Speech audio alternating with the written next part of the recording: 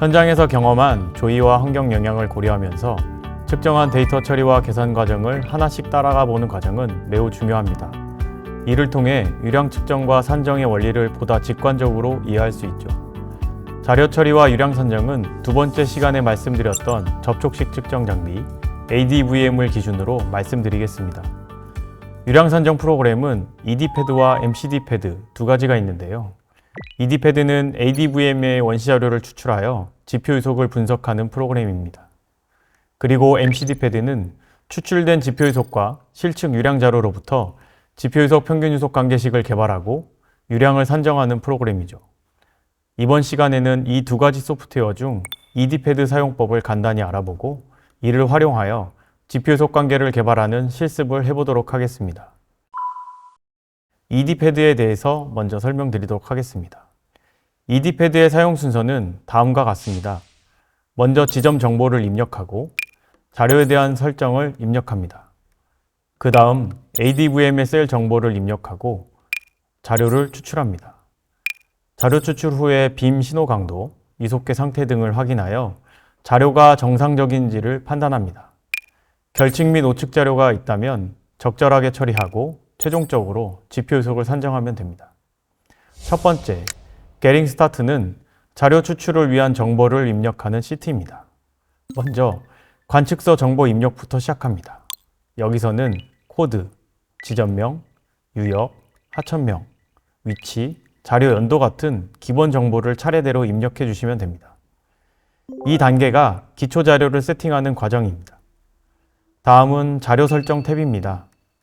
여기서 몇 가지 선택을 하셔야 합니다. 먼저 다중 측정 여부인데요. ADVM 장비를 2대 이상 쓰는 경우에는 Yes를 선택해야 합니다. 염분 보정은 해당 지점이 염분 영향을 받는지에 따라 결정합니다. 만약 바닷물과 연결된 지점이라면 반드시 Yes를 눌러야겠죠. 그리고 측정 방향은 특별한 경우가 아니라면 기본값인 플러스 방향을 그대로 쓰시면 됩니다. 단, 장비를 거꾸로 설치했을 때만 반대로 바꿔주시면 돼요. 마지막으로 결측 보관인데요. 예를 들어 30분으로 설정해 두면 30분 이내의 결측 구간은 자동으로 보관해주고 그 이상 길어지면 결측 처리로 남게 됩니다. 이제 셀 범위 설정으로 넘어가겠습니다. 여기서는 시작 셀과 종료 셀, 그러니까 유속을 산정할 범위를 지정하는 겁니다. 장비마다 규격이 다른데요. 채널 마스터는 최대 10m/s, ADP-SL은 6m/s까지 측정할 수 있습니다. 따라서 단면 형상, 설치 조건, 장비 특성을 모두 고려해서 지표 유속을 계산하기 적합한 셀 범위를 골라야 합니다. 만약 셀 범위를 잘못 정했다면 어떻게 할까요? 이럴 땐 SI 그래프 같은 결과 자료를 확인해서 범위가 적절한지 다시 검토하고 필요하다면 재설정하면 됩니다. 다음은 ADV 파일로부터 ADVM 자료를 추출하는 시트입니다. 여기서 ADV 파일은 ADVM 장비로 자동 측정된 유량 데이터를 저장해 놓은 표준 형식의 측정 원시 자료라고 보시면 되는데요. 이 시트에서는 ADV 파일로부터 필요한 자료를 추출하여 정리하고 지표 유속을 산정할 수 있습니다. 지금부터 그 과정을 5가지 단계로 설명드려 보겠습니다. 첫째, 기간 설정입니다. 우선 자료를 뽑아낼 기간을 지정해 줍니다. 연, 월, 일 형식으로 입력하면 되는데요. 예를 들어 2025년 9월 22일이라면 2025-0922 이런 식으로 적어주시면 됩니다.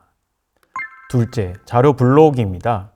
원시 ADVM 자료가 들어있는 폴더를 선택해야 하는데 여기서는 개별 ADV 파일이 들어있는 폴더를 지정하거나 라다스 폴더 전체를 선택할 수도 있습니다.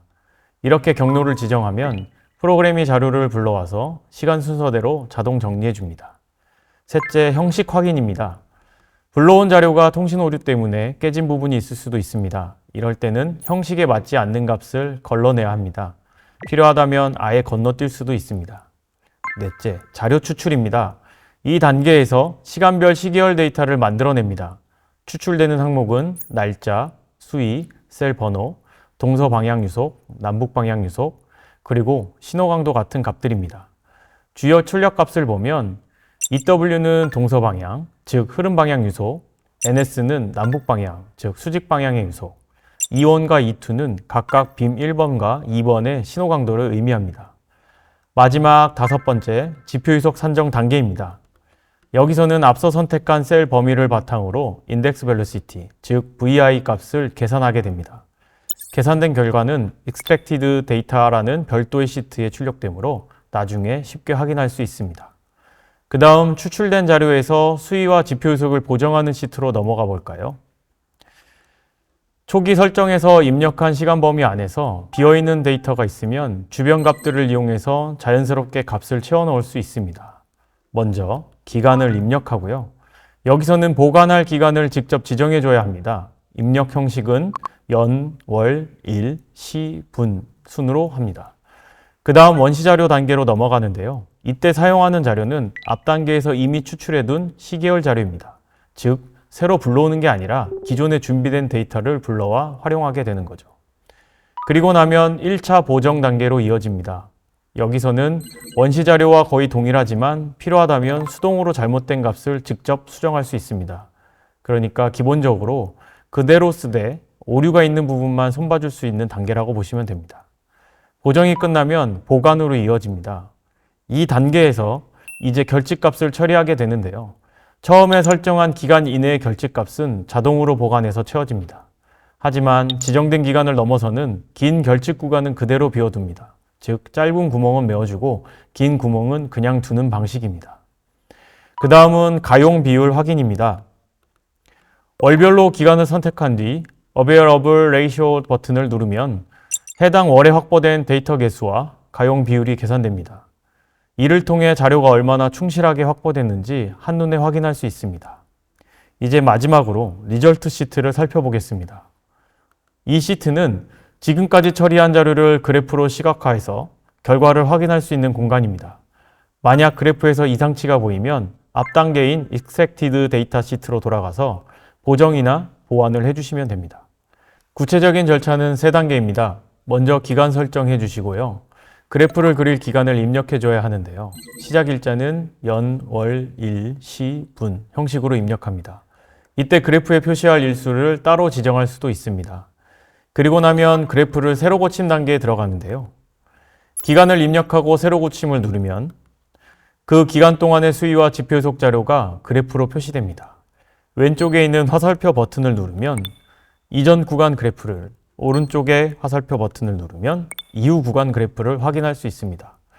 여기서 볼 수 있는 그래프 유형에는 2가지가 있는데 원시 자료를 그대로 시각화한 로우 데이터 그래프와 고정된 자료를 기반으로 그린 어드저스티드 데이터 그래프가 있습니다.